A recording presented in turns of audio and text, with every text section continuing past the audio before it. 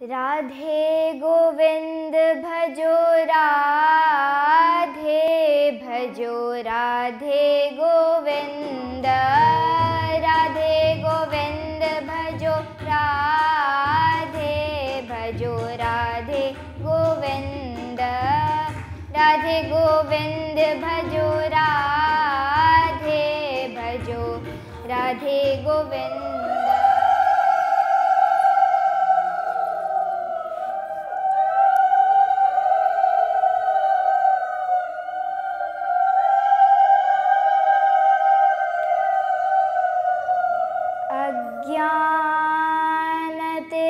अज्ञानतिमिरान्धस्य ज्ञानाञ्जनशलाकया चक्षुरुन्मीलितं येन तस्मै श्रीगुरवे नमः। सिया राम मैं सब जग जानी, करहु प्रणाम जोरि जुग पानी। सर्वप्रथम मैं अपने परम पूज्य परमाराध्य प्राण प्रिय श्री गुरुदेव के चरण कमलों में दंडवत प्रणाम करती हूँ और यहाँ उपस्थित सभी संत वैष्णव और हरिभक्तों के श्री चरणों में दंडवत प्रणाम करती हूँ। एक दिन की बात, मीराबाई झरोके पे खड़ी थी। अचानक आवाज़ आई बाजा बजने की, बहुत लोगों के आने की। ढोल नगाड़े बाजे बज रहे थे। मीराबाई झाँक करके देखी तो बहुत बड़ी यात्रा से निकल रही है। वह सोची ये क्या द्वारिका जी जा रहे सब लोग, और बीच में भी एक बहुत सुंदर हाथी पे सज के कोई बैठा है। मीरा समझ न पाई। पास में माँ थी, माँ को बुलाया। माँ, माँ आई। माँ, ये क्या द्वारिका जी जा रहे हैं सब लोग? अरे बावरी, माँ बोली, दिन रात या तो दादा के पास सत्संग करती है या तो ठाकुर में लगी रहती है। दीन दुनिया की तरफ ध्यान देगी तब तो दीन दुनिया की कोई बात समझ में आए तुझे। द्वारिका यात्रा करने नहीं जा रही है सब लोग, बारात जा रही है पागल। बारात? वो क्या होती है? अरे जब कोई दूल्हा दुल्हन को ब्याहने जाता है ना, तब ऐसे ही जाता है, काजे बाजे के साथ, परिवार वालों के साथ, हाथी घोड़े पे बैठकर। तो माँ, ये किसकी बारात जा रही है? अरे वो अपने नगर सेठ है ना, पूरनमल। हाँ, उनकी बेटी चंदा, जिसे तू दीदी दीदी कह के बुलाती है। हाँ, तो उस चंदा का ब्याह हो गया है। उस चंदा का बींड है ये। तू तो कुछ खबर रखती नहीं, बस दिन रात ठाकुर में लगी रहती है। दीन दुनिया की तरफ ध्यान देगी तब कुछ समझ में आएगा तुझे। और ये यात्रा नहीं जा रही है, बारात जा रही है, समझी? अच्छा माँ, तो सब छोरियों का बींद होता है? हाँ, सब छोरियों का बींद होता है। हर छोरी एक दिन बींदेनी बनती है, बींद आता है। तो माँ, मेरा बींद कौन? मेरा बींद कहाँ? बड़ी बावरी है। हे विधाता, एक छोरी दी, वो भी आधी पागल। बींद तेरा कहाँ है? तेरे दादा से जाके पूछ, तेरे ताऊ के जाके पूछ, तेरे पिताजी से जाके पूछ। मुझे क्या पता तेरा बींद कौन है? आपको पता है, आप नहीं बता रही हो माँ। अरे लड़की ऐसा नहीं बोलती। नहीं माँ, आप मुझे बताओ। अरे तेरे दादा से जाके पूछना, जिनके गोद में तू खेलती है, जिनके साथ तू सत्संग करती है, उन्हें जाके पूछ, वो बताएंगे कहाँ है तेरा बीन। और कहना दादाजी ब्याह करा दो, बीन चाहिए। तो फिर मीरा बोली, नहीं माँ, आपको पता है, आप छुपा रही हो। जब आप बारात के बारे में जानती हो और सब कुछ जानती हो तो आप छुपा रही हो। आप बताइए मुझे। मीरा ऐसे रोने लगी, मैंने तो संतों के मुख से सुना है कि वो हाथ पांव पटक कर रोने लगी। तो मीरा जब रोने लगी बहुत जोर से, तो माँ ने कहा, चल रो मत, इधर आ, बताती हूँ। बताओगी ना? हाँ बताऊंगी। कौन है मेरा बीन? ये रहे तेरे बींद। गिरधर गोपाल की तरफ इशारा करते हुए बोले। मीरा तो वहीं बैठ गई। क्या? ये तो गिरधर है, यही तेरा बींद है। माँ सोची चलो इसका रोना बंद हो गया। कभी कभी बच्चे लोग इतने जिद करने लगते हैं कि माता पिता को उत्तर देना संभव नहीं होता, इसलिए मन बहलाने के लिए कुछ भी कह देते हैं। माँ ने सोचा चलो समझ गई, रोना बंद हो गया इसका। अब मीरा तो वहीं बैठी रह गई। माँ चली गई। मीरा बोलती रही गिरधर से, गिरधर तुम मेरे बींद थे? लो मुझे तो पता नहीं। अरे राम राम, बींद का नाम थोड़ी लिया जाता है। माँ तो कभी पिताजी का नाम नहीं लेती, ताई कभी ताऊ जी का नाम नहीं लेते। हे भगवान, मैं तो तुम्हारा नाम लेती थी। अरे मैंने तो माथे पे सिंदूर भी नहीं लगाया। माँ कहती है सिंदूर लगाने से बीन की आयु बढ़ती है। अरे भगवान, ये तो बहुत बुरा कर रही हूँ मैं। जाने कहाँ से गई माँ के सिंदूर पिटारी से, सुहाग पिटारी से सिंदूर निकाल लाई। ठाकुर के हाथों से छुआकर, चरणों से छुआकर अपने मांग में भर लिया और कहने लगी गिरधर से, लो अब मैं तुम्हारी बींदनी, तुम मेरे बींद। अब बात तो पक्की हो गई ना। तुम मेरे दूल्हा हो, तुम मेरे बींद हो, मैं तुम्हारी दुल्हन हूँ। अरे दुल्हन तो सिर ढककर रहती है, मैं तो सिर खुला कर कर घूमती थी।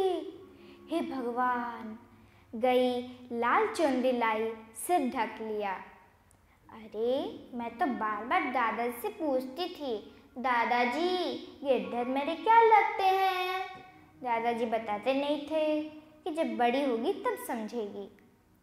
देखो आज माँ ने बहुत काम की बात बता दी, तुम मेरे बींद हो। देखा? और फिर उस दिन से मीरा की गिरधर के साथ प्रीति बढ़ने लगी। ये उनका उस दिन का पद है। उस दिन से वो गुनगुनाने लगी, मेरे तो गिरधर गोपाल दूसरो न कोई। मेरे तो गिरधर गोपाल दूसरो न कोई। जाके शीश मोर मुकुट, जाके शीश मोर मुकुट, मेरो पति सोई। मेरे तो गिरधर गोपाल दूसरो न कोई।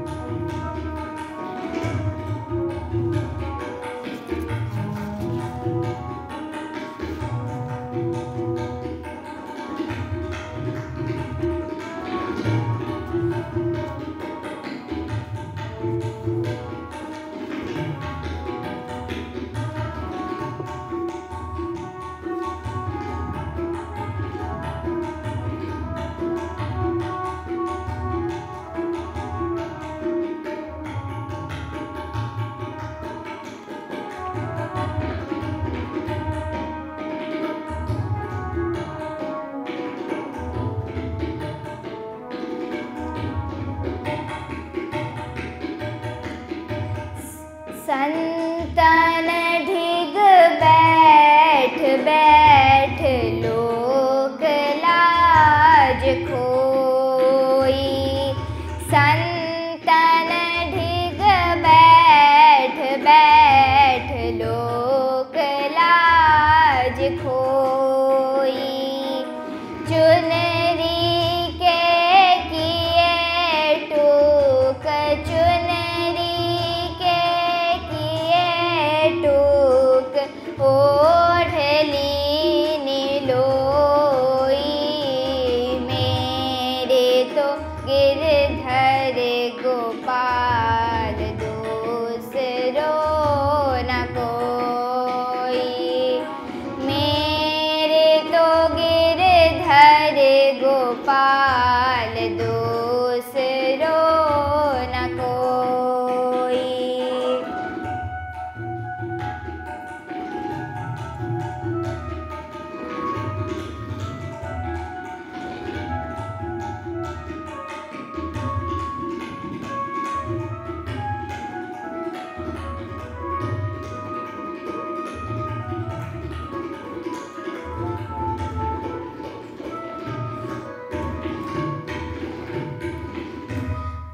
असुवन जल सींच सींच, असुवन जल सींच सींच, प्रेम बेल बोई। अब तो बैल फैल गई, अब तो बैल फैल गई, आनंद फल होई। मेरे तो गिरधर गोपाल, दूसरो न कोई। मेरे तो गिरधर गोपाल, दूसरो न कोई। मेरे तो गिरधर गोपाल, दूसरो न कोई। तो धीरे धीरे गिरधर के साथ मीरा की प्रीति बढ़ने लगी। अब 7वीं कृपा होनी है। पहली कृपा उनके दादा, स्वयं के दादा राव दूदा जी। दूसरी जिन्होंने योग की शिक्षा दी, श्री निवृत्तिनाथ जी। तीसरे जिन्होंने संगीत की शिक्षा दी, श्री बिहारी दास जी। और चौथे जिन्होंने गिरधर दास जी। अब 5वीं कृपा होनी है। 5वीं कृपा जो शायद सबसे महत्वपूर्ण और सर्वोपरि कृपा थी। शिक्षा गुरु अनेक हो सकते हैं, लेकिन दीक्षा गुरु केवल एक ही होते हैं। 5वीं कृपा श्री रैदास जी महाराज जी की है। वे जगत गुरु रामानंदाचार्य जी के शिष्य थे। जैसे मीराबाई जी का पूर्व चरित्र है, वैसे ही मीराबाई जी के गुरु का, रैदास जी का भी पूर्व चरित्र है। वे अपने पूर्व जन्म में रामानंदाचार्य जी के यहाँ एक ब्राह्मण बालक, एक ब्रह्मचारी के रूप में सेवा करते थे। उनका नियम था उनके गुरु जी का कि वे त्रिसंध्या करने वाले केवल वेद पाठी ब्राह्मणों से ही आटे की भिक्षा करते थे और भोग बनाकर ठाकुर जी को समर्पण करने के बाद स्वयं पाते थे। और काशी में एक वैश्य की दुकान भी थी।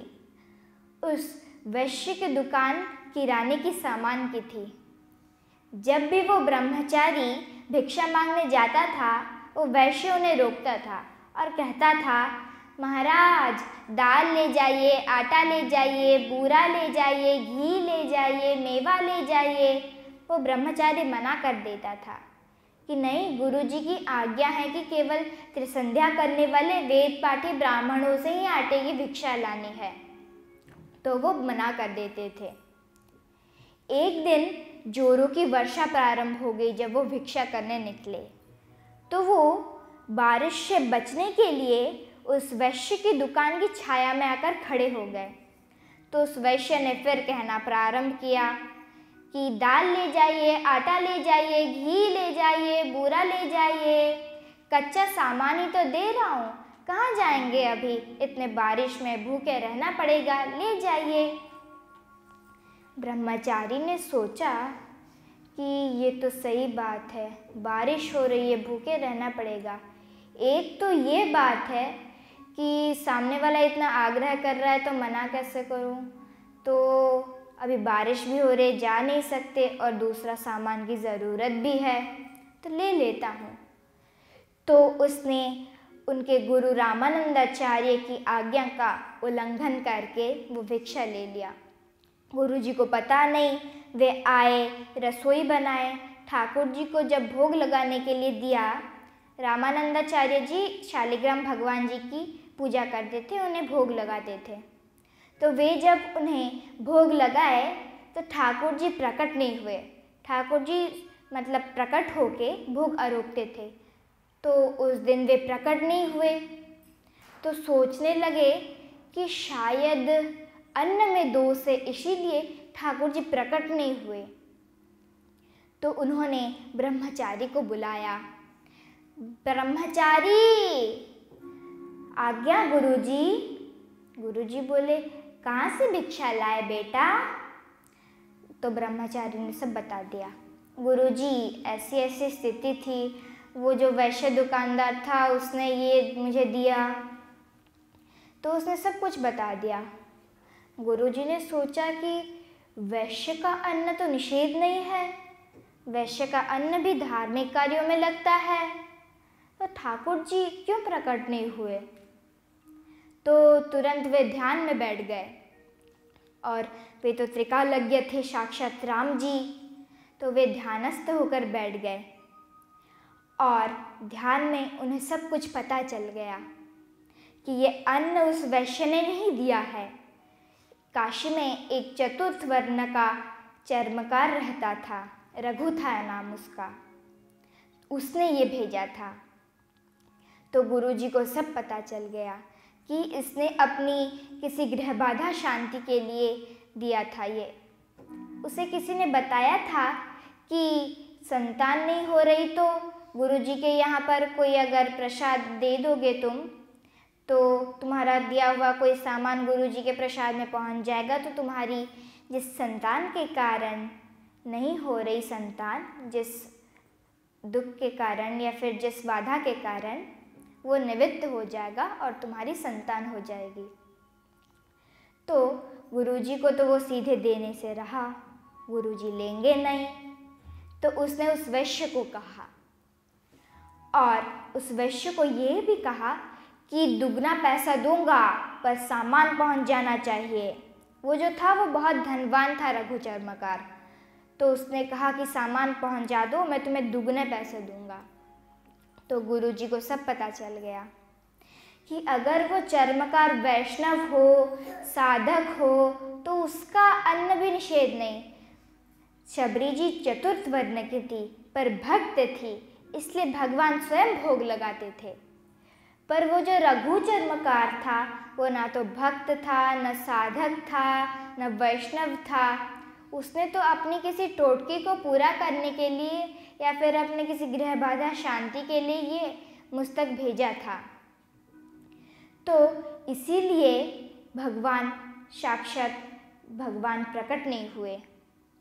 तो गुरुजी को सब पता चल गया। इस कारण से वे क्रोधित हो गए और उस ब्रह्मचारी को श्राप दे दिया कि तू चर्मकार के यहाँ का अन्न लाया है तो उस जात में ही जन्म ले। गुरुजी ने विचारा कि इस चर्मकार, रघु चर्मकार का तो भाग्य ही अच्छा नहीं है, इसके तो 7 जन्म पुत्र नहीं, अब मैं पुत्र कहाँ से लाऊं? अब तो भगवान को भोग लग चुका है, अगर संतान नहीं हुई तो श्रद्धा टूटेगी। इसलिए उस ब्रह्मचारी को श्राप देकर उनके घर में जन्म करवाया। ये समर्थ पुरुष की सामर्थ होती है। तो वही ब्रह्मचारी जो गुरुजी के यहाँ सेवा करता था, वही रैदास जी के रूप में उस चर्मकार के यहाँ जन्म हुआ और रैदास जी उनका नाम रखा गया। उन्हें रविदास भी कहते हैं। कब जन्म हुआ? विक्रम में संमत 1371 में। कब? माघ की पूर्णिमा को वे जन्म हुए। माता पिता ने बहुत खुशी मनाई कि मेरे यहाँ ऐसा बालक हुआ, पर रैदास जी ने जन्म लेकर अपनी माँ का दूध नहीं पिया। पूर्व जन्म की स्मृति है कि पूर्व जन्म में मैंने इनके यहाँ का अन्न खा लिया था तो ब्राह्मण से इस घर में आ गया, अब की बार और कुछ खा लिया तो न जाने कैसी गति होगी, इसलिए उन्होंने दूध नहीं पिया। गुरुजी को मतलब सूचना मिली कि प्रेरणा हुई कि वो बालक जन्म हो चुका है, तो वे जान गए कि जन्म होकर वे दूध नहीं पी रहा। इसलिए गुरु तो संभाल लेने के लिए ही होते हैं। इसीलिए वे अपनी कुटिया को छोड़कर बस्ती में गए। रघु चर्मकार के, चर्मकारों की बस्ती के लोग तो धन्य हो गए कि गुरुजी तो किसी के ऊपर दृष्टिपात नहीं करते, आज पधारे हैं। चर्मकार की बस्ती में सीधा रघु के घर गए और रघु ने देखा, अरे पधारे हैं। दूर से गोबर का चौका लगाकर आसन लगा दिया। गुरुजी को दूर से दंडवत प्रणाम किया, आसन लगा दिया। पति पत्नी ने चरण धोए, आसन में बिठाया। गुरुजी ने कहा, बालक कहाँ है, बालक को लाओ।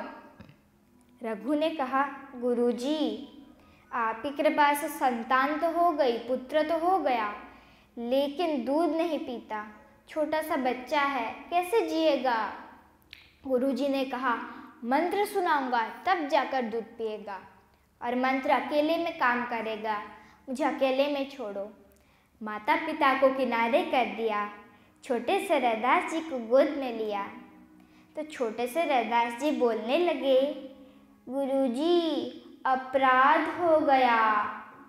तो गुरुजी ने कहा, अरे अब तो तू जन्म ले चुका है, अब दूध क्यों नहीं पीता, अब तो दूध पी। गुरुजी हम पिछले जन्म में चर्मकार के यहाँ का अन्न ले आए थे, तो हमें ब्राह्मण से इस घर में आना पड़ा, नहीं तो उसी जन्म में भगवत प्राप्ति हो जाती। गुरुजी पहली बात तो यह है कि मेरी माँ वैष्णव नहीं और मैं भी वैष्णव नहीं, दूसरी बात तो मैं कैसे दूध पीऊँ। गुरुजी को करुणा आ गई, तो गुरुजी ने रैदास जी को पहले गोद में लेकर दीक्षा दी, उसके बाद उनके माता पिता को बुलाकर मंत्र दीक्षा दिया। उसके बाद रैदास जी ने दूध पिया। पूरा चरित्र तो रैदास जी का नहीं कह पाऊंगी, पर जितना संतों के मुख से सुना है उसमें से थोड़ा बहुत कहने का प्रयास करूंगी। बहुत अद्भुत चरित्र है रैदास जी का। धीरे धीरे उनका लालन पालन हुआ, बड़े हुए, गुरुजी की कृपा से राम राम जपते थे। एक दिन उन्हें किसी प्रकार पिताजी की तिजोरी की चाबी मिल गई। वो तिजोरी खोलते चुपचाप जाकर और तिजोरी में से मुट्ठी भर निकालते पैसा, मुद्राएं, अपनी जेब में डालते, फिर चाबी लगाकर चले जाते। मुद्राएं लेकर क्या करते, काशी पर जो ब्राह्मण हैं काशी के तट पर, उन्हें जाकर देखते, किसी के पास कमंडल नहीं, किसी के पास आसन नहीं, उन्हें दिलवाते। तो एक दिन माँ ने देख लिया। माँ ने सोचा कोई मिठाई ले जा रहा होगा, पर देखा तो मुद्राएं ले जा रहा है। माँ ने अपने पति के डर से कुछ नहीं कहा, बस इतना समझा दिया कि ज़्यादा नहीं। एक दिन तो पिताजी को भी खबर लग गई।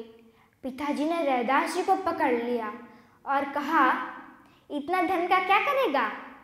रैदास जी ने कहा, अकेली तो संतान हो तुम्हारी, इस धन की सद्गति इसी में है कि इसे संतों की सेवा में लगाया जाए, गोमाता की सेवा में लगाया जाए, दीन दुखियों की सेवा में लगाया जाए, इसकी सद्गति इसी में होगी। तो उन्हें क्रोध चढ़ाया। उन्होंने कहा, बाप की कमाई से संतों की सेवा करेगा क्या, जब खुद कमाई करेगा तब संतों की सेवा करना। रैदास जी को 15 वर्ष की आयु में ही घर से निकाल दिया गया। तो रैदास जी बहुत छोटी आयु में ही उनके माँ ने उनका विवाह करवा दिया था। पत्नी भी साथ में थी जब घर से निकाला गया। तो वे उनके पत्नी से बोले, अगर तुम अपने मायके जाना चाहती हो तो जा लो, अब तो घर नहीं रहने के लिए। पत्नी ने कहा, नहीं नहीं, मैं कहीं नहीं जाऊंगी, मैं आपके साथ ही रहूंगी। तो रैदास जी की पत्नी उनसे भी आगे थी। अगर रैदास जी 19 तो उनकी पत्नी 21, बहुत भजन में उनका साथ देने वाली। भगवान तो भक्त लोगों को संभाला करते हैं। तो रैदास जी ने अब सोचा कि अब तो कुछ करना पड़ेगा। तो उन्हें तो पढ़ाई लिखाई आती नहीं थी। तो पिता के घर में जूते बनाने का काम होता था, तो उन्हें जूता बनाना आता था। तो वे काशी के चौराहे पर एक चद्दर बिछाकर बैठकर जूता सिलने लगे। तो उससे कुछ 2-4 कमाई हो जाती थी, पर उसमें भी उनका नियम कि संतों से वे मुद्राएं नहीं लेते थे। उसके बाद जो 2-4 सिक्के मिल जाते थे उससे कच्चा सामान लाकर वे उससे रसोई बनाकर ठाकुर को भोग लगाते थे। उसके बाद जो कोई संत या फिर वैष्णव दिखता था उसे भोजन करवाते थे। उसके बाद वो मिलकर पाते थे पति पत्नी। ऐसे रहनी थी रैदास जी की। भगवान सब देखते हैं पर अपने भक्तों की आंख में अश्रु नहीं देख सकते। संत तो जूता बनाने के लिए आते ही थे रैदास जी के पास, पर एक दिन स्वयं भगवान में आ गए संत के वेश में जूता बनाने के लिए और रैदास जी से कहने लगे, अरे भगत जी, हमारा जूता चलते चलते घिस गया है, क्या जूता बनवा देंगे? पूरे भारत भ्रमण करने जाना है, जूता सिल दीजिए। तो रैदास जी ने जूता सिलकर संत रूपी भगवान को पहनाया। फिर भगवान ने कहा, कितने हुए? रैदास जी ने कहा, हम संतों से पैसा नहीं लेते। अरे कैसे पैसा नहीं लेंगे आप? लेना होगा आपको। नहीं नहीं, हम नहीं लेंगे। भगवान साथ में एक मुद्राओं की थैली भी लेकर आए थे। बोले, ये रख लो। भगवान ने कहा, रख लो। तो रैदास जी ने कहा, नहीं नहीं नहीं, हम नहीं रखेंगे। तो भगवान ने बहुत कहा पर वो नहीं माने। तो एक साथ में पारस भी लेके आए थे। थैली से निकाले, पारस दिया। फिर रैदास जी ने कहा, ये क्या है? भगवान बोले, पारस नहीं जानते? बोले, नहीं। अरे लोहे को छुआ दोगे तो सोना बन जाएगा। अच्छा, मुझे नहीं लेना, मुझे नहीं चाहिए। भगवान ने कहा, शायद इसे विश्वास नहीं हो रहा है। तो रैदास के पास जो लोहा था जिस पे रखकर वो जूता गाड़ते थे, उससे छुआ दिया पारस को भगवान ने। तो वो सोने का हो गया। रैदास जी ने सोचा, अरे ये तो सच में पारस है। तो भगवान ने कहा, रख लो रख लो। रैदास जी ने कहा, नहीं नहीं नहीं, हमें नहीं चाहिए। भगवान ने कहा, शायद शर्मा रहा है, तो पीछे से दिया। बोले, हमेशा के लिए नहीं दे रहा हूँ, 1 वर्ष बाद आऊँगा, ले जाऊँगा, यात्रा में जा रहा हूँ, लूट पिट जाने का भय है। तो रैदास जी ने कहा, अच्छा, वो जो छप्पर है ना, उस छप्पर में खोस दीजिए। तो भगवान ने उस छप्पर में खोस कर फिर चले गए। तो फिर रैदास जी ने उसकी उन छप्पर पे खोसे हुए पारस की और देखा तक भी नहीं। 1 वर्ष बाद ठाकुर जी आए, सोचा अब तो झोपड़ी की जगह ज़रूर महल होगा, पर आके देखा तो जो चौराहे पर रैदास जी बैठकर जूता सिल रहे थे वही सिल रहे हैं बैठकर, और महल नहीं, वहीं झोपड़ी की जगह झोपड़ी है। फिर भगवान आके पूछे, अरे भगत जी, वो पारस, अरे हाँ हाँ, आपने दिया था, मुझे तो ध्यान ही नहीं, जहाँ रख के गए होंगे वही होगा। भगवान ने देखा जहाँ रख के गया था वही है। भगवान हार के चले गए। तो फिर रैदास जी शालिग्राम भगवान जी की पूजा करते थे, सेवा करते थे। वो जगत गुरु रामानंदाचार्य जी की दी हुई थी, उनके गुरु की। तो फिर उन्होंने एक और लीला रची। किसने? भगवान ने। भगवान जी और एक लीला रचते गए।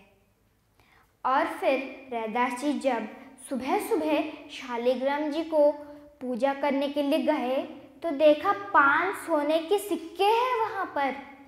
तो वे घबराकर अपनी पत्नी से पूछने लगे, अरे ये कहाँ से आए? पत्नी ने कहा, अरे मैं कहीं से नहीं लाई। तो फिर ये कहाँ से आया? रैदास जी ने अपनी पत्नी से कहा, जा जा जा, रसोई से एक चिमटा लेके आ। तो उनकी पत्नी ने रसोई घर से चिमटा लाया और चिमटे से सोने के सिक्के को ऐसे उठाया जैसे कोई मरा हुआ जीव हो। ऐसे चिमटे से सिक्कों को उठाया।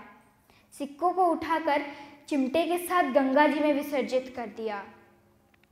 तो अगले दिन फिर वही घटना घटी। शालिग्राम जी के पास फिर से 5 सोने की सिक्के मिली, 5 सोने की मोहरें मिली।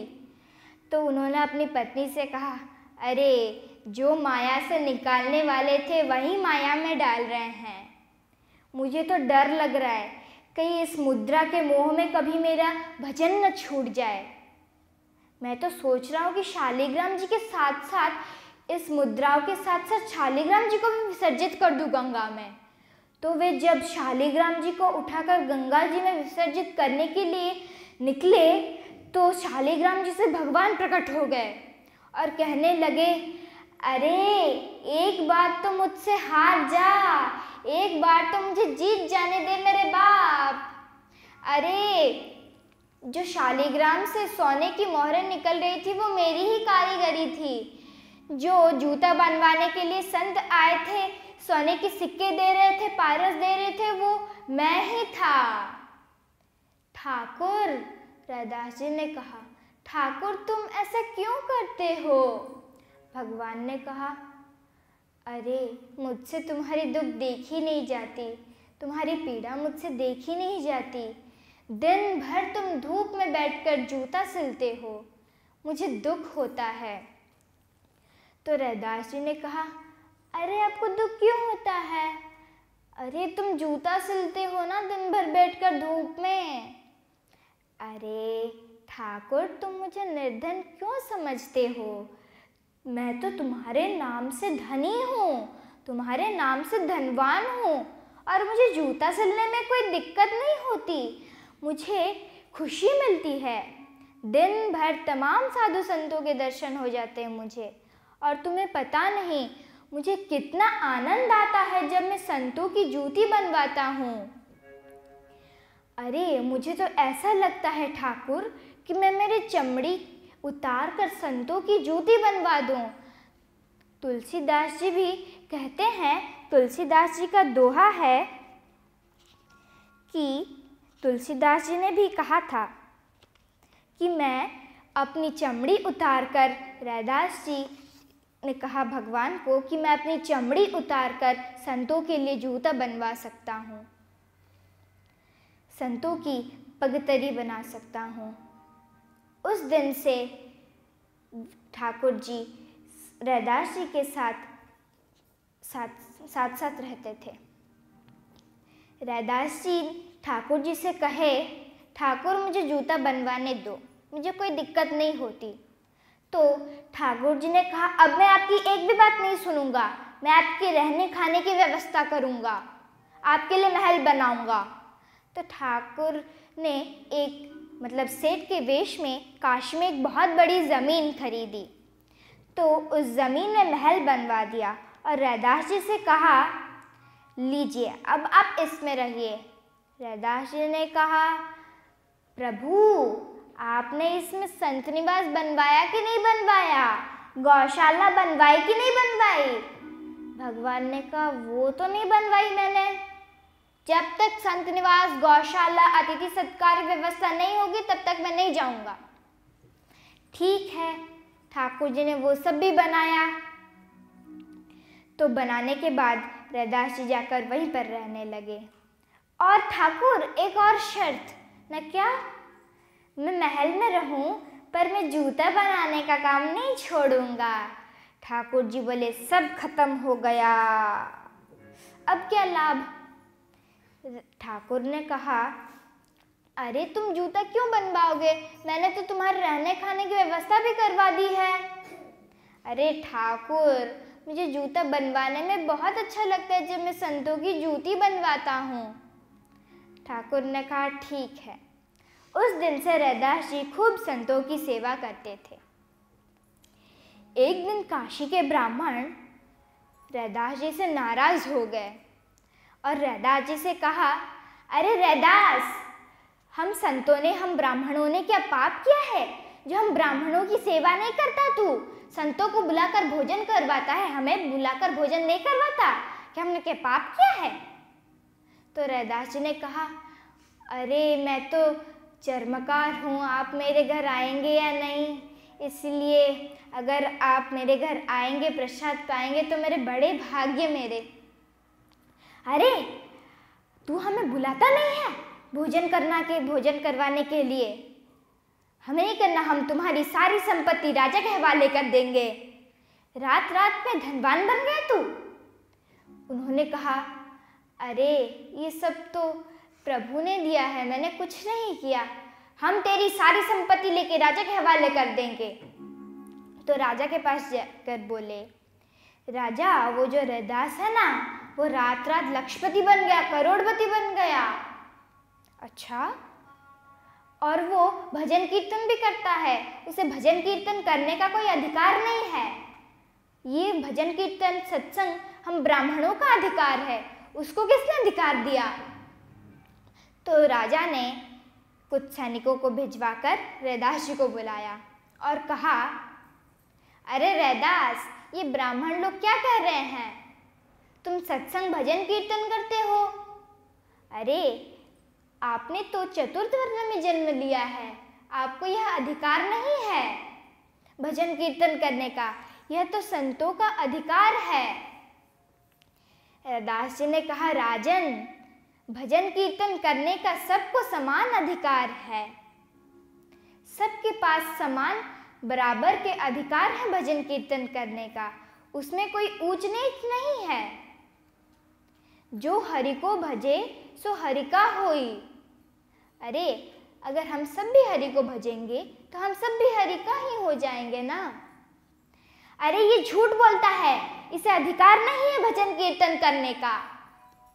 तो ब्राह्मणों ने एक शर्त रखा राजा के आगे कि हम इस तरफ बैठेंगे और रैदास उस तरफ बैठेगा और बीच में शालिग्राम जी को सिंहासन पे बिठाया जाएगा और हम ठाकुर जी को पुकारेंगे। जिसकी तरफ ठाकुर जी का, शालिग्राम जी का सिंहासन मुड़ जाएगा, उसी की बात सत्य होगी। तो फिर पहले ब्राह्मणों को अवसर दिया गया। ब्राह्मणों ने वेद पाठ, मंत्र उच्चारण आदि करने लगे। सुबह से संध्या हो गई पर कुछ नहीं काम आया। फिर राजा ने कहा, रैदास जी अब आपकी बारी। रैदास जी ने कहा, राजन, मुझे तो ये भजन कीर्तन के अलावा कुछ नहीं आता, मुझे ये वेद पाठ मंत्र उच्चारण कुछ नहीं आते। तो राजा ने कहा, ठीक है, आप अपने हिसाब से ठाकुर जी को बुलाइए। तो फिर रैदास जी ने अपना तानपुरा उठाया, करताल उठाया और गाने लगे, हे हरि आवहु बेगी हमारे, हे हरि आवहु बेगी हमारे, जैसे आए द्रुपद सुता के, जैसे आए द्रुपद सुता के, ज्यों डूबत गजराज उबारे, ज्यों डूबत गजराज उबारे, हे हरि आवहु बेगी हमारे, हे हरि आवहु बेगी हमारे। जो प्रहलाद है तू नरसिंह भय, जो प्रहलाद है तू नरसिंह भय, प्रकट भय खंबा को फारे, प्रकट भय खंबा को फारे, हे हरि आवहु बेगी हमारे, हे हरि आवहु बेगी हमारे।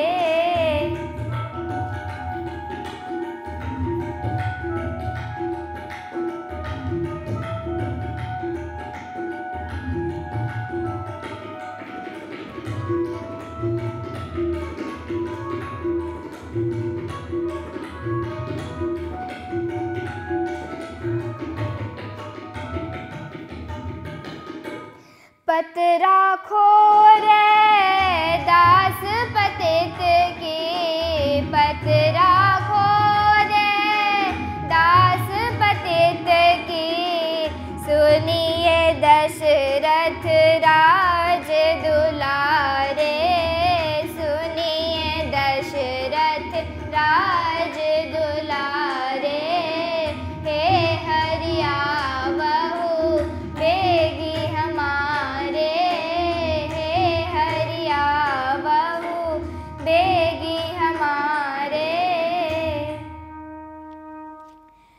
तो रैदास जी जब तानपुरा उठाकर यह भजन करने लगे तो ठाकुर जी वहाँ सरकते सरकते धीरे धीरे रैदास जी के गोद में आ गए और वहाँ जय जयकार होने लगी।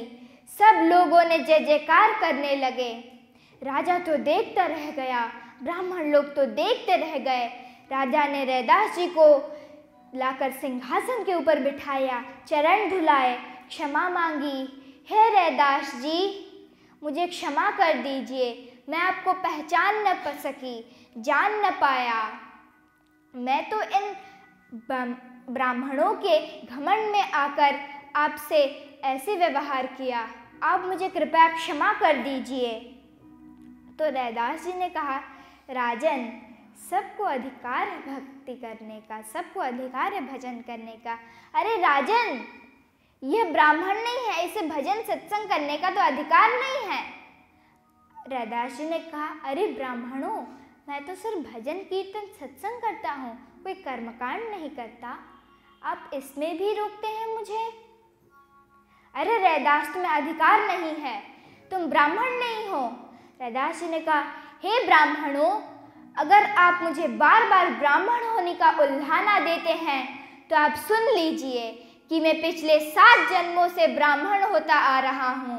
बस पिछले जन्म में गुरु के प्रति कुछ अपराध हो गया, उसी कारण से मुझे गिरना पड़ा, उसी कारण से मुझे चर्मकार की जात में जन्म लेना पड़ा। ब्राह्मण लोग कहने लगे, अब मैं कैसे मान जाऊं? तो फिर रैदास जी ने कटारी लेकर अपनी छाती को बीच से चीर दिया, उसमें से सोने का जनेऊ निकाल कर दिखाया। तो रैदास जी को देखकर ब्राह्मण भी चकित हो गए और रैदास जी को देखते रहे, जय जयकार होने लगी। अब 5वीं कृपा होनी है। राधे गोविंद भजो, राधे भजो, राधे गोविंद, राधे गोविंद भजो, राधे भजो, राधे गोविंद, राधे गोविंद भजो, राधे भजो, राधे गोविंद, राधे राधे राधे राधे राधे गोविंद, राधे राधे राधे राधे राधे गोविंद, राधे गोविंद भजो, राधे भजो, राधे गोविंद, राधे गोविंद भजो, राधे भजो, राधे गोविंद, राधे गोविंद भजो, राधे भजो, राधे गोविंद।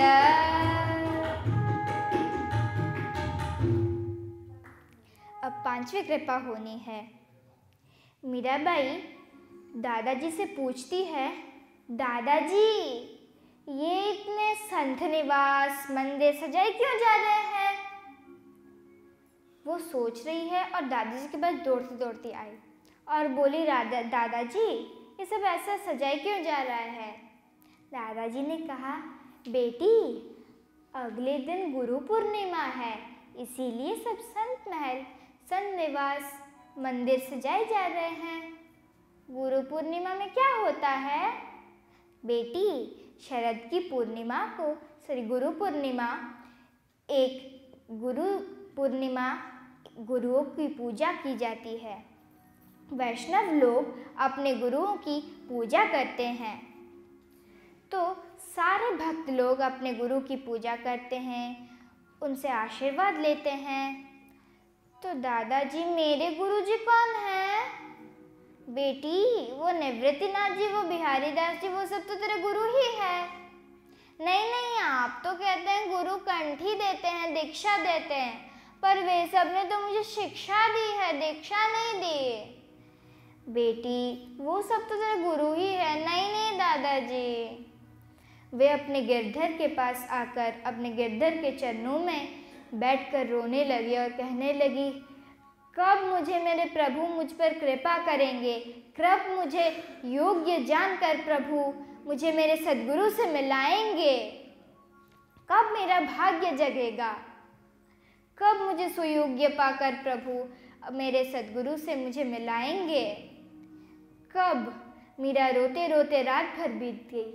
प्रातःकाल मीरा उठकर फिर रोने लगी और मीरा के अंदर से आवाज़ आई कि आज जिस संत का प्रथम दर्शन होगा उसी के चरणों में अपना सर्वस्व रख देना।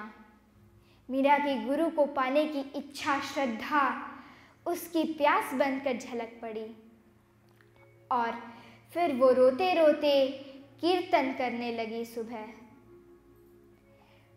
मेरे सतगुरु तेरे चरणों में, मेरे सतगुरु तेरे चरणों में, हे प्रभु मुझे योग्य जानकर मुझे गुरुदेव से मिला दीजिए। मुझे कब आप योग्य जानकर मेरे गुरुदेव से मिला देंगे मुझे।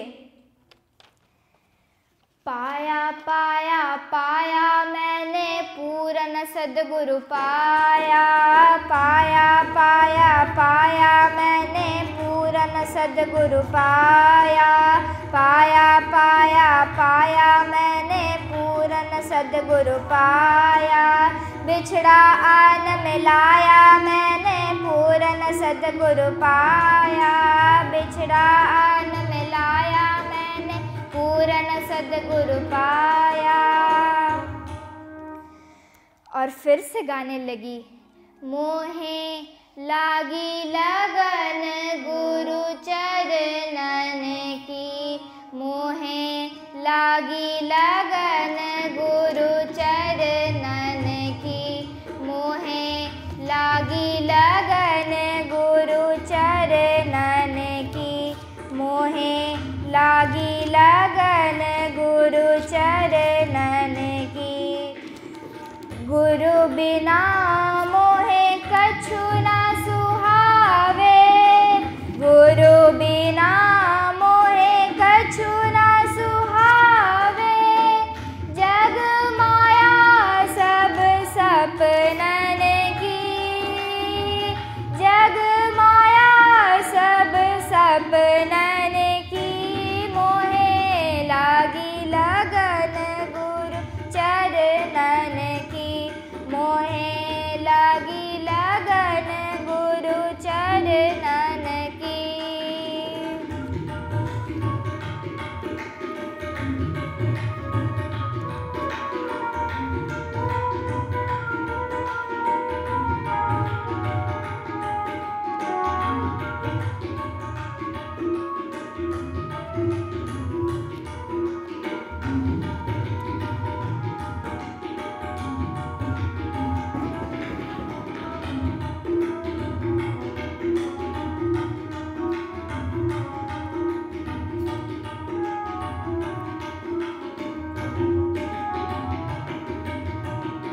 भव सागर अब सूख गयो है, भव सागर अब सूख गयो है।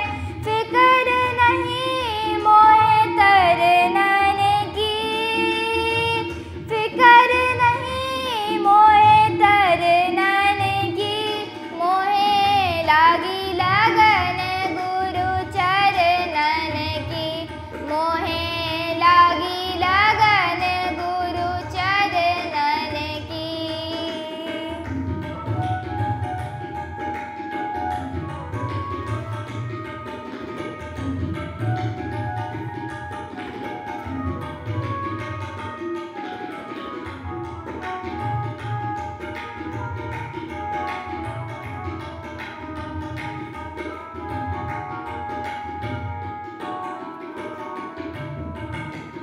मीरा के प्रभु गिरधर नागर, मीरा के प्रभु गिरधर नागर। आस लगी हरि चरणन की, आस लगी हरि चरणन की। मोहे लागी लगन गुरु चरणन की, मोहे लागी लगन गुरु चरणन की, मोहे लागी लगन गुरु चरणन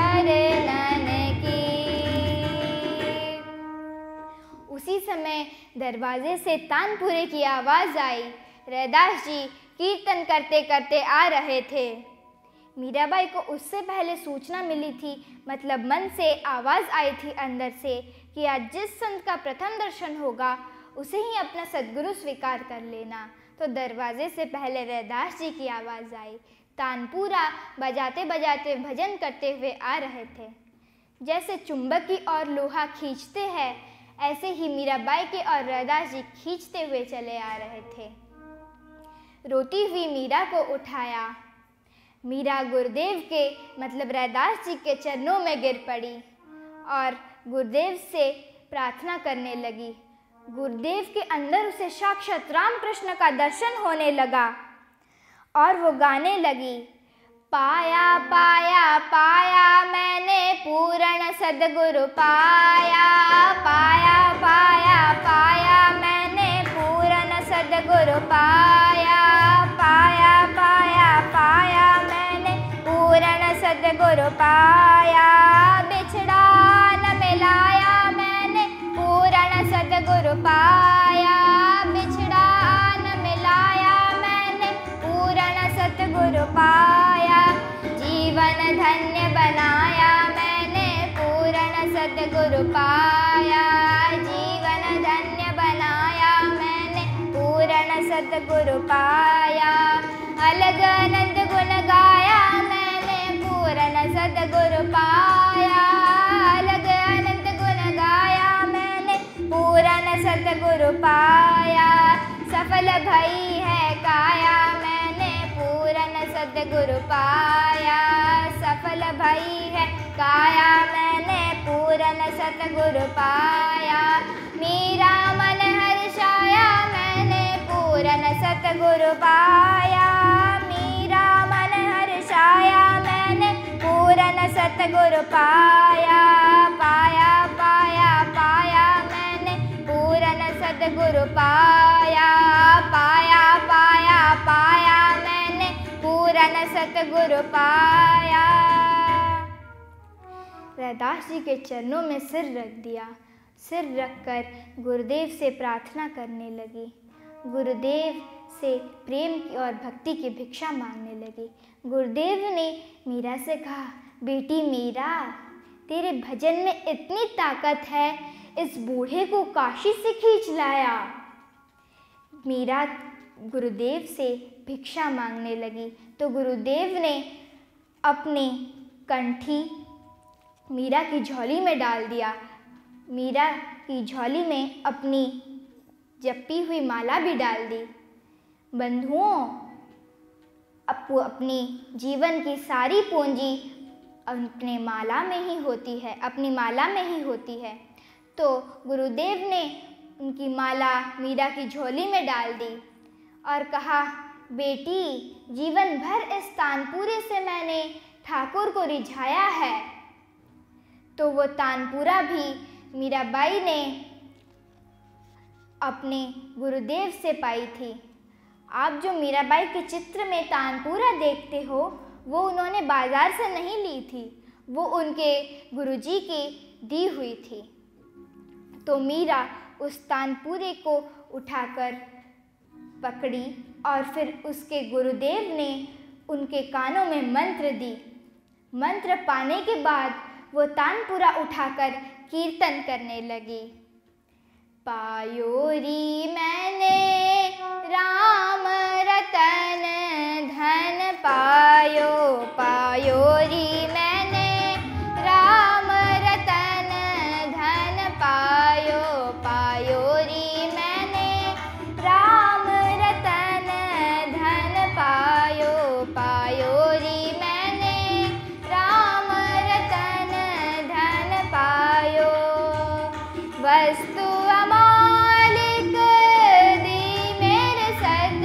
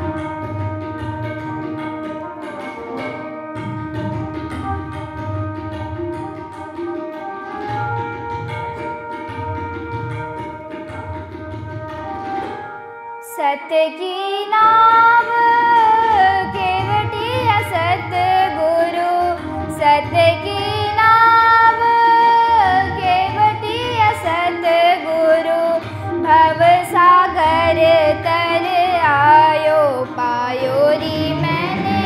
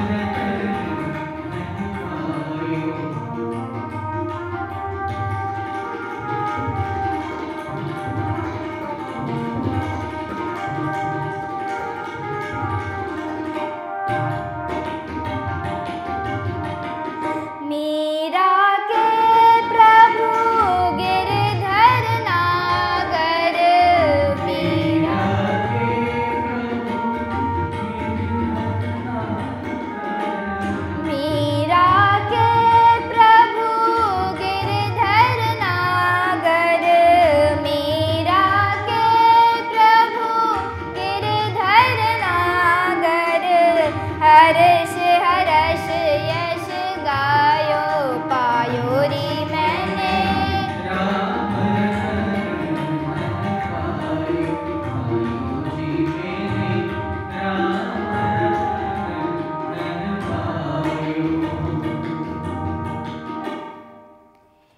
एक दिन मीराबाई जी का विवाह निश्चित हो गया। उन्होंने किसी भी रस्म में मन से भाग नहीं लिया। माँ बड़ी परेशान होती। ठीक विवाह से एक दिन पहले का समय, रात्रि का समय, वे ठाकुर जी से प्रार्थना करती, हे गिरधर, आप ये कैसे देख पाओगे कि मैं किसी दूसरे के साथ मेरा फेरे पड़े, किसी दूसरे की मांग में सिंदूर भरूं मैं, मेरे मांग में कोई दूसरा सिंदूर भरे, मेरे गले में कोई दूसरा मंगलसूत्र डाले, किसी दूसरे के साथ मेरे फेरे पड़े। हे ठाकुर, मैं तो तुम्हारी हूँ, तुम सदा मेरे हो, आप ये कैसे देख पाओगे? आप कुछ क्यों नहीं करते? आप कुछ करिए। हे ठाकुर, आपको कुछ करना ही पड़ेगा, नहीं तो आप मुझे अपनाइए। आप मेरे माथे पे हाथ रख कर भी कह दीजिए कि तू मेरी मैं तेरा। हाथ पकड़ने की भी ज़रूरत नहीं, सिर्फ माथे पे हाथ रख कर कह दीजिए कि तू मेरी मैं तेरा। इतना कह दीजिए तो मेरा जीवन धन्य हो जाएगा, मैं धन्य हो जाऊंगी।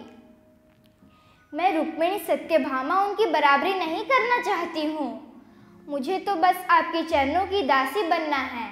मैं जानती हूँ मेरी लायक उनकी तरह नहीं हूँ मैं। बस इतना कह दीजिए, मेरा जीवन धन्य हो जाएगा। रोते रोते कब मीराबाई का आँख बंद हो गया, उन्हें पता ही नहीं चला। ऐसे बंद हो गया कि उन्हें बिल्कुल पता नहीं, कुछ पता नहीं उन्हें। आँख बंद होते ही उनके अंदर उजाला हुआ। ढोल नगाड़े शहनाई बजने लगे। ऐसे ढोल नगाड़े बजने लगे कि वो चकित हो गई और वहाँ घोषणा होने लगी, सावधान, महाराजाधिराज, यादव कुलश्रेष्ठ, गोमती तीर निवासी, महाराजाधिराज भगवान श्री कृष्णचंद्र प्रभु पधार रहे हैं। मीराबाई जी तो एकदम चकित हो गई और सोचने लगी, अरे ये तो मेरे प्रभु आए हैं, ये तो मेरे प्रभु की पधारने की आवाज़ है। सुनी रे मैं तो हरि आवन सुनी रे मैं तो हरिया वन की आवाज़, सुनी रे मैं तो हरिया वन की आवाज़, सुनी रे मैं तो हरिया वन की आवाज़। आवाज़ हुई, घोषणा हुई। मीराबाई एकदम प्रसन्न हो गई। अरे मेरे प्रभु पधारे हैं। वो तो घबरा गई। अरे मैं अब क्या पहनूं, मैं कैसे जाऊं इनके सामने। अरे मैंने तो पूरे सीधे साधे वस्त्र पहने हैं। और उससे पहले वो एकदम प्रसन्न हो गई। अरे मेरे प्रभु आ गए, मेरी विनती उन्होंने सुन ली। अरे कितनी कृपा की उन्होंने, कितने करुणा की। अरे मेरे स्वामी आए हैं। मीराबाई सोचने लगी और गाने लगी। आवत मोरी गलियन में गिरधारी, मैं तो चुप गई लाज की मारी। आवत मोरी गलियन में गिरधारी, गिरधारी आवत मोरी गलियन में गिरधारी। कसुमाला पाग केसरिया जामो, कसुमाला पाग केसरिया जामो। ऊपर हार हजारी, आवत मोरी गलियन में गिरधारी, गिरधारी आवत मोरी गलियन में गिरधारी। मीराबाई सोचने लगी, अब मैं क्या करूं। उन्हें तो पता ही नहीं था कि आज उनकी बारात आने वाली है।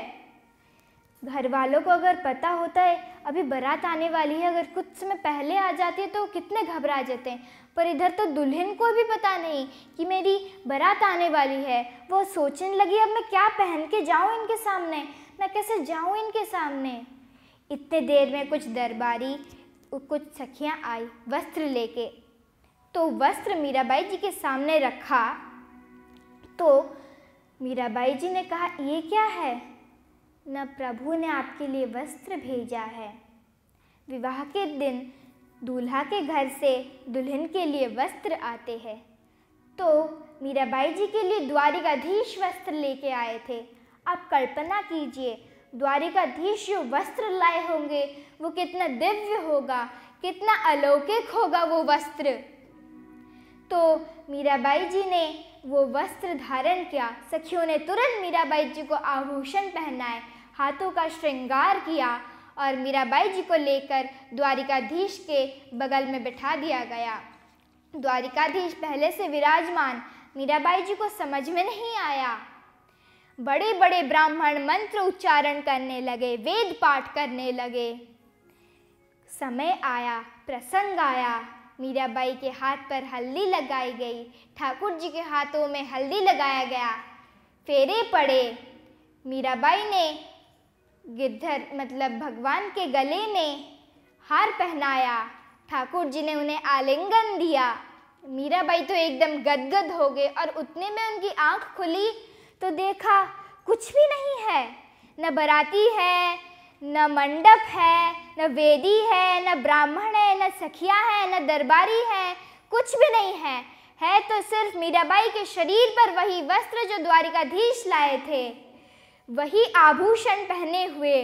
मीराबाई जी तो एकदम गदगद होकर नाचने लगी और सोचने लगी, आहा, मेरे प्रभु ने मुझे अखंड सौभाग्यवती कर दिया, मुझे अखंड सौभाग्यवती बना दिया। मीरा नाच रही है अपने कक्ष में। माँ उठी और सोची, चलो देखती हूँ छोरी उठी है कि नहीं उठी, क्या कर रही है। जाकर के मीराबाई का कक्ष खोल दिया तो कक्ष तो एकदम जगमगा रहा है, जैसे अंदर दीपावली मनाई गई हो, ऐसा जगमग रहा है कक्ष। माँ को तो एकदम चक्कर से आने लगे मीराबाई को देखकर। मीराबाई जो वस्त्र पहनी थी उस वस्त्र के अंदर से रोशनी आ रही थी। ऐसी रोशनी आ रही थी कि माँ एकदम घबरा गई। और जो मेवाड़ से आया था वस्त्र, वो वहीं पास में पड़ा हुआ था। अगले दिन मेवाड़ से ही पाणी ग्रहण होने वाला था, तो वस्त्र वहीं पड़ा था।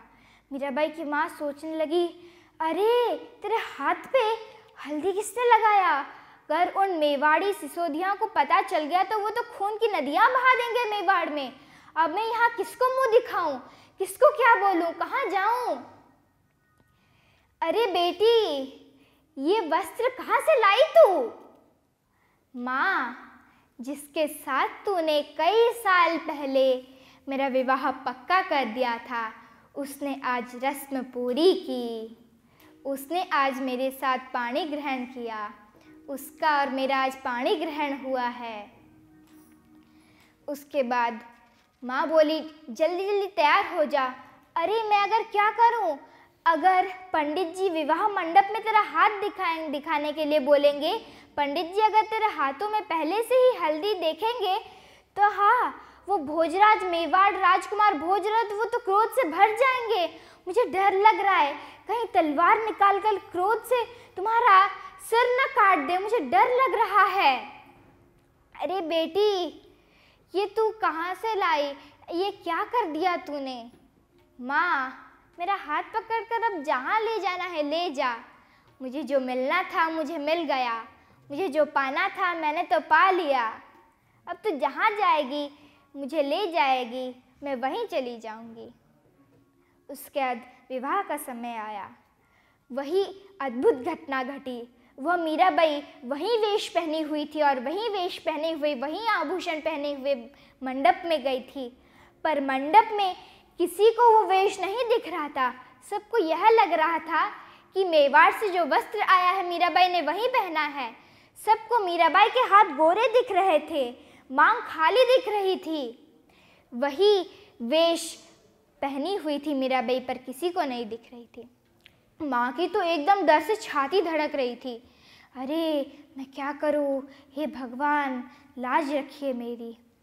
अब विदाई की समय आई। पाणी ग्रहण होने के बाद मीराबाई की माँ बोली, बेटी, मेड़ता में जो किया सो किया, मेवाड़ में उदम मत मचाना। जो भजन कीर्तन मेवाड़ में मत करना। जो मेड़ता में किया सो किया। वहाँ सासू है, ससुर है, ननंद है, किसी को अच्छा नहीं लगेगा।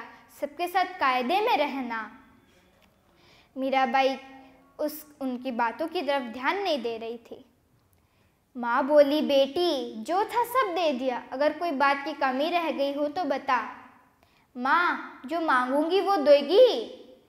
माँ बोली, हाँ क्यों नहीं दूंगी, तो बता तो। माँ, मेरे गिरधर मुझे दे दो। माँ बोली, पागल हुए की है क्या मीरा? अरे मैं तेरे गिरधर को लेकर चारभुजानाथ जी के मंदिर में बिठा दूंगी, वहीं तेरा सेवा आरती भजन उनका होगा। माँ, मेरे बाबूसा को लेकर वहीं बिठा दो ना। मीरा ऐसा क्यों बोल रही है? वो मेरे पति हैं। वैसे गिरधर गोपाल भी मेरे पति हैं, मैं उनके बिना कैसे रहूं? माँ ने बहुत समझाया पर मीराबाई ने नहीं मानी। फिर अंत में मीराबाई को गिरधर गोपाल को दे दिया माँ ने।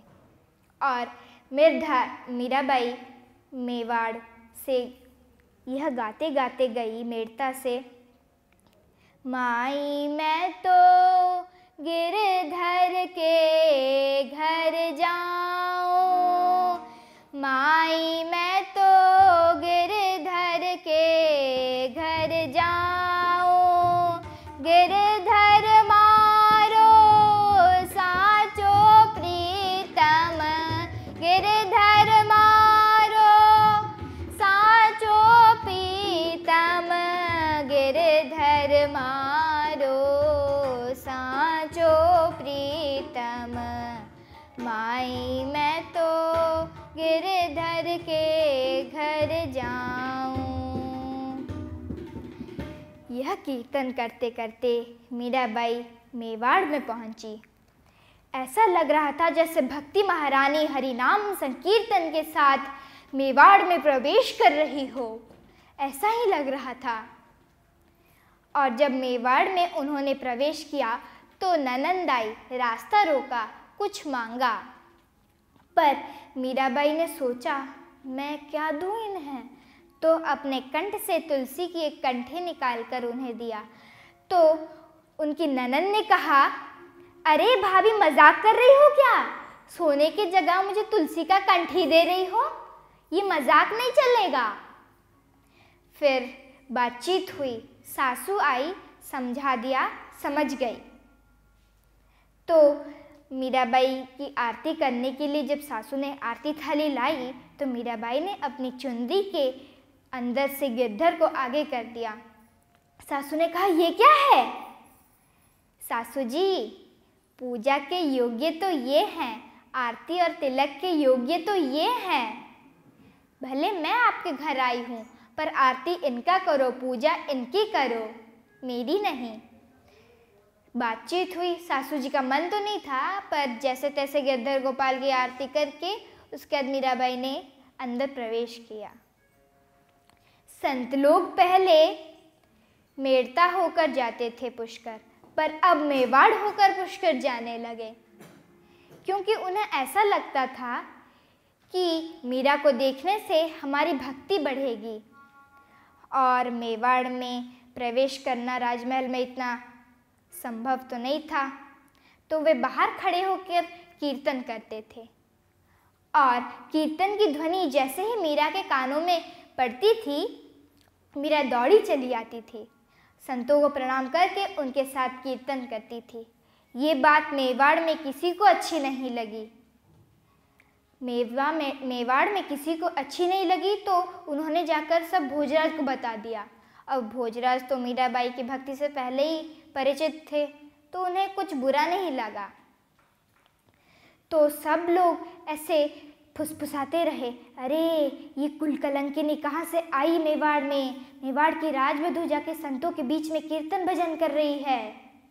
अरे कैसी कुलकलंकिनी आ गई इधर। लोग कहे मीरा होई है बावरी, सासू कहे कुलनाशी, पग घुंघरू बांध मीरा नाची। भोजराज जी को तो बुरा नहीं लगा, इसलिए भोजराज जी ने मीराबाई से कहा, देखो मैं तुम्हारे लिए मंदिर बनवा दूंगा इधर, तुम वहीं पर भजन करना, वहीं पर कीर्तन करना। मीराबाई के महल के पास मंदिर बनवा दिया। उसके बाद मीराबाई से कहा, देखो जो भी संत आए उन्हें तुम किसी सैनिकों से अंदर बुलवाकर इसी मंदिर में बैठकर भजन कीर्तन करना, बाहर न जाना दुर्ग से। सब लोगों को अच्छा नहीं लग रहा है, मुझे भी अच्छा नहीं लग रहा है मैं आपकी भक्ति में कोई बाधा बनूं, पर ज़्यादा गुस्सा हो रहे हैं लोग इधर, इसीलिए ऐसा करना पड़ रहा है। क्या तुम मेरी इतनी सी बात का मान रखोगी? आप मेरे लिए इतना कुछ कर रहे हैं, मैं आपकी इस बात का आदर ज़रूर करूँगी।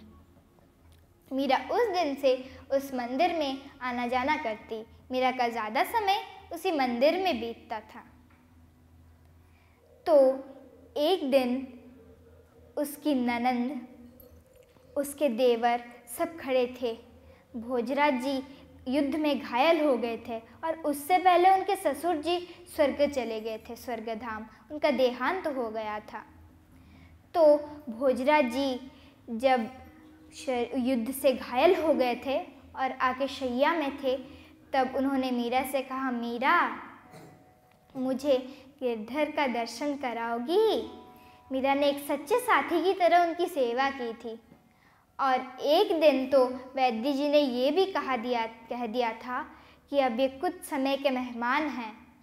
तो मीरा ने भोजराज जी के पास में दिन रात सेवा करती रही और भोजराज जी ने कहा, मीरा एक तो मुझे गिरधर गोपाल का दर्शन कराओ और दूसरा उनका चरणामृत दिलाओ, और विवाह के दिन तुम जो वस्त्र पहनी थी वो वस्त्र फिर से आज पहन लो। तो मीराबाई को यद्यपि संकोच हुआ, पर वो भोजराज जी की भक्ति देखकर आके वस्त्र पहन के गिरधर गोपाल को गोद में लेकर खड़ी हो गई और भोजराज जी के मुख में चरणामृत दिया।